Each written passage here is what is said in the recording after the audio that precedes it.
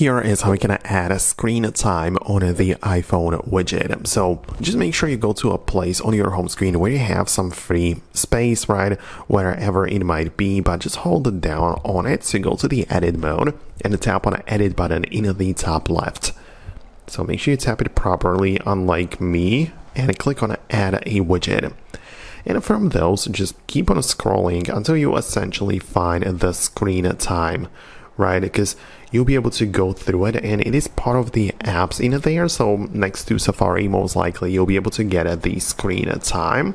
And in there we have like 3 sizes and 3 different types of widgets, which just does the same thing, but it's just a different size. So make sure you choose the one which can fit your home screen. But you can click this, and now this is the screen time as a widget on your home screen, right? So it essentially shows you the chart and the most used apps. For me, it doesn't have that much data, so it doesn't display that much currently, but as I keep on using the device more, it's gonna gather some additional data and it will display it on the widget in there. So it's actually very useful if you want to track your usage.